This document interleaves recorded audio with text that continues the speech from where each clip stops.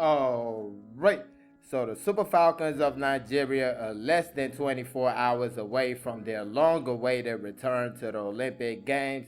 On your screen right now is the walk that the Super Falcons will be taking on their way to the pitch tomorrow. This is the stadium they will be playing the game in, the Bordeaux Stadium in Bordeaux, France. I know it got another name written on the screen right here, but I'm not even going to try to pronounce it. That's not what the Olympic people gave. They said it's the Bordeaux Stadium in France, and that's what we're going to call it. But that being said, this is the match preview for the Super Falcons' first game of the Olympics. And of course, that's going to be against Seleção of Brazil. We're going to talk about the match. We're going to talk about how to watch the match. And we're also, of course, at the end going to come up with a prediction for the lineup that the team is going to have tomorrow. So stay tuned all the way. Make sure to like this video. Subscribe to the channel if you haven't already. Thank you very much. So yeah, the Super Falcons of Nigeria will be taking on Seleção of Brazil tomorrow, Thursday, the 25th of July. And the game will start 6 p.m. Nigerian time, and it will be hosted at the Bordeaux Stadium in Bordeaux. Now, to watch the match, for those in Nigeria, you can catch it on Super Sports, and that's going to be on DSTV or GoTV. Now, outside the country, you can catch it on France TV for those in France. You can catch it on Discovery Eurosports for those across Europe who got that channel. You can catch it on BBC for those in the United Kingdom. You can catch it on ARD and ZDF for those in Germany. Fiji TV, NHK, Nippon TV, TBS, TV Asahi, TV Tokyo, and those are all channels in Japan that you can catch it on. In New Zealand, you can catch it on Sky NZ, and in Australia, you can catch it on 9.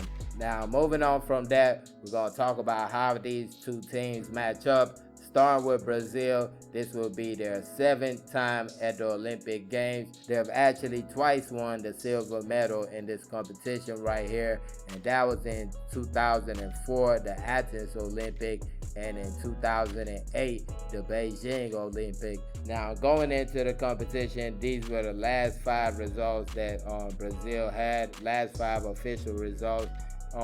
First, they had the final against the USA, the CONCACAF Gold Cup final. They lost that by a goal to nil. Now, with this result, I feel like if it was a couple of years ago, it might have been looked at as a good result. But the way USA is right now, they're there for the taking, to be honest. Not that they're a bad team, but they're not as good as they were back in the day. Maybe not even back in the day, a couple of years ago. So this result right here, even though it's a slim 1-0 defeat, I'm sure Brazil would have felt going into this game that they had a chance to do a little bit better than that. Then you go to the next match they played, and this was the semifinal of the She Believes Cup against Canada. They lose it on penalties 4-2. It was 1-1 at the end of regulations. They go to penalties, and Canada came up trumps at the end. The She Believes Cup, I believe there were 4 teams in this competition. The first match you play is the semifinal, and the second match, the final or the 3rd and 4th place match. And it ended in a draw. They went straight to penalties. Canada win that one. And just like the last result, I'm pretty sure Brazil would have kind of been kicking themselves that they should have done a little bit better against Canada. Then you got the 3rd and 4th place match, Brazil taking on Japan. Real helpful match right there in hindsight. It ends up 3-0 in the penalty shootout after 1-1 in regulation. Brazil end up being the 3rd place team in the competition. Of course, Brazil and Japan both in our group.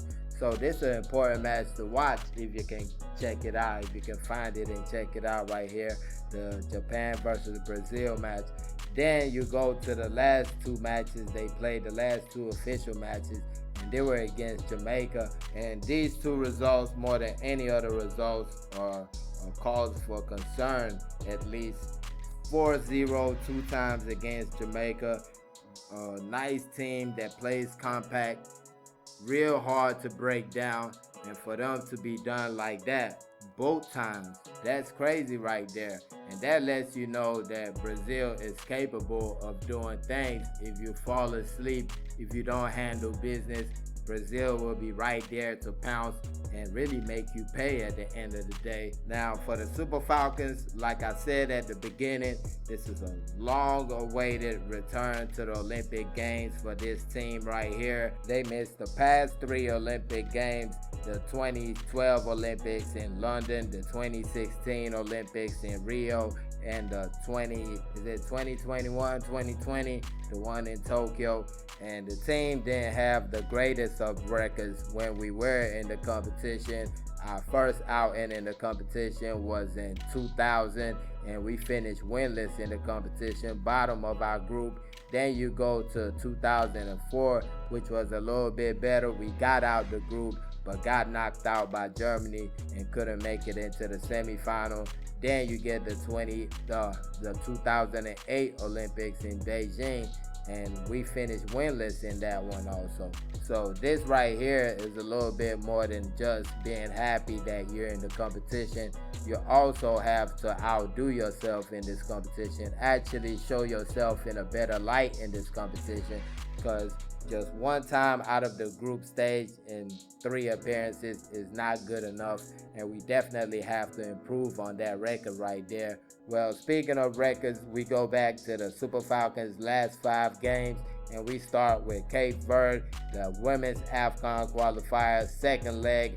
We win that 2-1 away from home. That was the final match that the team had without Randy Waldrum, head coach of the side. Of course, he was dealing with his contract situation at that point. We had won the first leg by 5-0 at home. The second leg, we were losing by 1-0. Esther Okoronkwo put in the game in the second half, and she scores twice. Then you go to the first leg of our third round matchup against Cameroon. It ends 0-0 for the Super Falcons away from home. A real contentious matchup right here. We scored twice in the game. 2 goals were canceled by the referee, wrongly, might I add. But either way it goes, we go to the next match, the second leg, and that was at home in Abuja. We get the goal, and that was all we needed. We win by 1-0. A tough matchup for the Super Falcons. Well, I felt like it was made tough by the referee in the first leg, because it should have been over after the first leg. But either way it goes, the 1-0 result was enough for us.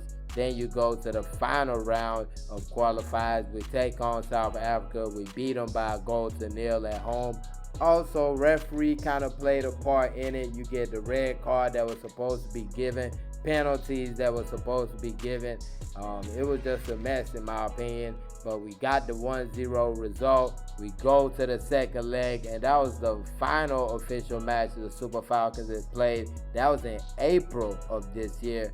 0-0 away from home to South Africa. A masterful defensive performance. I felt like we could have done a little bit more when it comes to attacking wise, especially when you look at what we're going into in this competition. It's not going to be all about defending in this competition. We got to find a way to create some attacking. We got to find a way to score. And maybe we didn't do enough of that, of trying to find stuff, trying to make things happen in the South Africa game. Of course, you're holding on to a 1-0 result. You're not trying to mess that up, so you can also understand that. But yeah, that was the last result. We had the Canada situation, which was really a practice situation. 2 teams get together, they play 90 minutes of football, have a penalty shootout after. It's behind closed doors. So I'm not going to put too much in that situation. I know a lot of people are not happy with a 1-0 result. NFF is really who I blame for all that. But just look at the Brazil. Brazil played 2 matches in June. So they had already gotten that out of the way. Now all they got is test matches or whatnot before the competition. But in our case, we didn't do any of that. We're just waiting and expecting the coach to create a miracle or something. And that's not how football works. But hopefully with a little bit more time now, the Super Falcons can get things together, go into the competition, and just keep on building, and let's see how it goes. Now, going into the match, some things we got to look out for. I feel like number one, set piece defense. That should always be important to the Super Falcons. Set piece defense. That starts with the coach, the personnel he puts out there, the setup and defending, corner kicks, free kicks. I felt like we were perfect at the World Cup. Yes, we did concede the late goal against Australia, which was from a set piece. But outside of that, we were masterful in defending set pieces. Of course, 3 clean sheets in that competition. And yes, I did say you can't just depend on defending all through this competition right here because of the quality of our opposition. But we do have to be smart defending. It's not saying that you shouldn't defend. It's just saying that along with defending, you should also find a way to create some attacking movements for your team, because you just can't take so much pressure like that in a competition like this with the quality of players that you're going up against. And another thing I feel the Super Falcons need to do is move the ball fast. Don't hold on to the ball too much. I feel like Rasheedat Ajibade does a little bit of that when she's a midfielder, but when she's a forward, I like what she does. She moves the ball quick, 1 touch, 2 touch, not more than that, because when you dwell on the ball, you let them crowd you out. They take the ball, and you know what happens next is a counterattack. You're in trouble. You're putting your defenders in trouble, your teammates in trouble. So I feel just move the ball fast, not too fast that you're just giving it away every time you go for a pass, but a touch, a pass. Don't try to do too much. Don't try to hold on to the ball. Don't try to pass a long pass when there's somebody right next to you that's wide open. We just need to play smart in this competition. We can't put ourselves in trouble. We already have enough trouble coming our way. We got to play as a team, play as a unit. And if we do all that, I'm pretty sure we can handle business. We need to get the ball to the players that will pay the bills for us. We talking about the attackers on the team. We need to get the ball to those players, the Jennifer Cheginis, the Rasheedat Ajibades, those type of players, Uchenna Kanu's, Asisa Oshwala, if she's in the game, anybody that's up top, we need to get them the ball. We don't need to be playing around with the ball in midfield. Get them the ball and let them do work. That's what they get paid the big bucks for at their clubs. So we need to put them in the best positions to handle business in this competition and not just be getting in their way and stuff like that. Now, moving on, and last but not least, we got the lineup prediction for the game tomorrow. And of course, we're going to start with a goalkeeper, Chiamaka Nadoze. Feel like that's the easiest one that I'm going to do out of all these. The one that I'm 100% sure is going to be in goal. Chiamaka Nadoze, Paris FC goalkeeper at the Paris Olympic Games. That's going to be nice right there. That's going to be nice. Now for the tough part, the outfield players. For the central defenders, 5 and 6, you got Osinachi Ohale and Tosin Demehin. These 2 players have basically been starting every match for the Super Falcons since the World Cup. Maybe a couple of matches missed because of injuries, but outside of that, that's the preferred pairing right there for Randy Waldrum, and I believe that he's going to be using those 2 come tomorrow. Then with the fullbacks, Michelle Alozie at right back. She started every match at the World Cup. I expect her to start the matches here at the Olympics. But then the left back position, I feel like that's the toughest one right there. The choice is going to be between Chidima Okeke, based in South Korea, or Nicole Payne, based in the USA. Chidima Okeke started the last 2 matches for the Super Falcons, the ones against South Africa, and she played some good football in those 2 matches. Of course, Nicole Payne moved from PSG to Portland Thorns in the NWSL this season, has played in a number of matches for a team, started a number of matches for them, and she's had some good performances. They're doing well, so that's going to be a tough choice right there for Randy Waldrum. I think he's going to go with Chidima Okeke. I feel like with the Brazilian wingers, they're more of speed and strength, so just because you're fast doesn't mean you're going to be able to keep up with them. You need somebody that's also very strong that can go like blow for blow with them. And I believe Chidima Okeke is that type of fullback right there. So I think she's going to be starting in the left back position. Then with the midfield, I think the midfield is a little bit easier. I feel the players that are going to start in the game tomorrow for the midfielders, you got Deborah Abiodun, you got Christy Uchebe, and you got Tony Payne. So I think the only options outside Tony Payne would be Jennifer Ichegini and Rashida Tajibade. But I believe these two players will be playing other positions on the day. So I think Tony Payne should be a shoo-in for that position. The attacking midfield, of course, Deborah Abiodun making a return to a major competition after that red card at the last World Cup. She got the red card against Canada, missed 3 matches, making a return.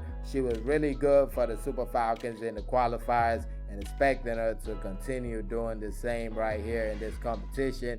Then you, of course, got Christy Uchebe. Great season she had with Benfica in Europe. Helped them make it out the group stage of the Women's Champions League. I believe they lost to Lyon or Barcelona in the second round, but it was a great achievement to make it out the group stage. And you also add that to the league title, their 4th in a row, and the cup competition that they won. So big time season for Christy Uchebe, and hopefully she brings that form along with her into this competition. Then for the 3 forwards, we got Jennifer Ichegini playing on the left wing. In the middle, I'm not going to tell y'all yet, but on the right side, you got Rashida Tajibade. So with Jennifer Ichegini, I kind of feel like it's a must that she starts.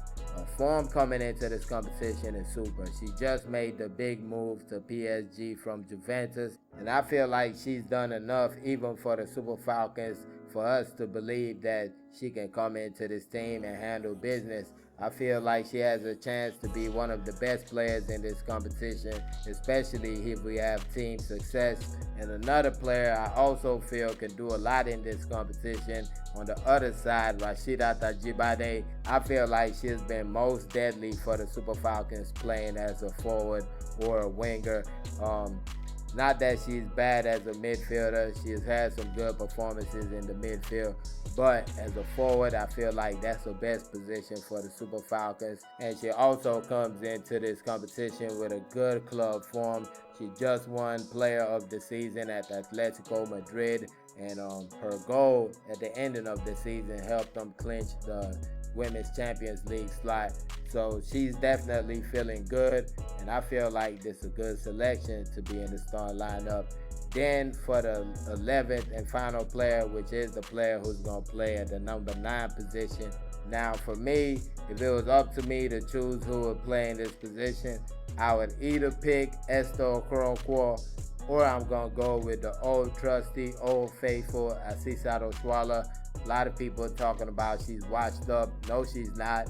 Maybe out of shape. Maybe she needs to get a little bit more fit. But washed up is crazy. She just came from Barcelona. She wasn't playing much at Barcelona, so she comes to a new club without preseason. So you got to think about it. She keeps on playing, and the time that she was actually going to be off when the Spanish season ended, she had to keep on playing. So it kind of put her in a tough position. But even at that, I still feel like a half-fit Asisat Oswala is better than a lot of players in football right now, a whole lot of players. So I'm not worried about her being in the team. She's going to do something that's going to help us out in this competition. I'm sure of that. Just like I'm sure that Esther Okoronkwo can deliver if she's given the chance. I talked about her in the previous video I did. Don't know what really happened. Looked like she was having a good time at it, scoring goals for the Super Falcons. And in the past couple of matches, not that much playing time, but she's definitely a player that can find the back of the net. And even if she doesn't start, I believe she's a player that the coach can bring on, and she can handle business for us. But that being said, the player that I believe is going to be starting, this is a prediction, not my starters, but what I think the coach is going to do. I think he's going to play Chinwendu Ihezuo. She started in the last 2 matches against South Africa, and she started the little test match or practice match we had against Canada. Looks like the coach believes in her. he actually talked about her in one of his press conferences. He said that her performance against South Africa in the first leg was the best striker performance he has ever seen for Nigeria. And I was kind of like, hey, coach, Asisaro Shwala, Esto Okoronkwo, all these players are strikers. They play in your team. They've had great performances. But no, he felt like the performance she had against South Africa in the first leg was the best performance he has seen for the Super Falcons. And you think about it, what did she do? She ran around. She ran around. She really died for the cause out there. Ran. She chased every lost cause, and she just was after it out there. She really should have won a red card for us because she was fouled by the last player. The referee only gave a yellow card. Then, of course, she won the penalty that took us into this competition right here. I believe Chiwendui Hazel is a player that's capable of scoring. I've seen her score goals in a league in Mexico. So even though the goals have not come yet for the Super Falcons, I know she's capable of that. And I feel like just like the other two players I mentioned, if she's given an opportunity, she's going to go out there and do the right thing. But either way it goes, these are the 11 players I predict to start for the Super Falcons tomorrow against Seleção of Brazil. Let me know your thoughts about that in the comment section. Also, let me know your thoughts on the match. What are your predictions? I don't do predictions because I'm just going to say Nigeria will win, so there's no use. But either way, let me know your thoughts and your predictions for the match. And also, please make sure to like this video, subscribe to the channel if you haven't already. Thank y'all for watching. Peace.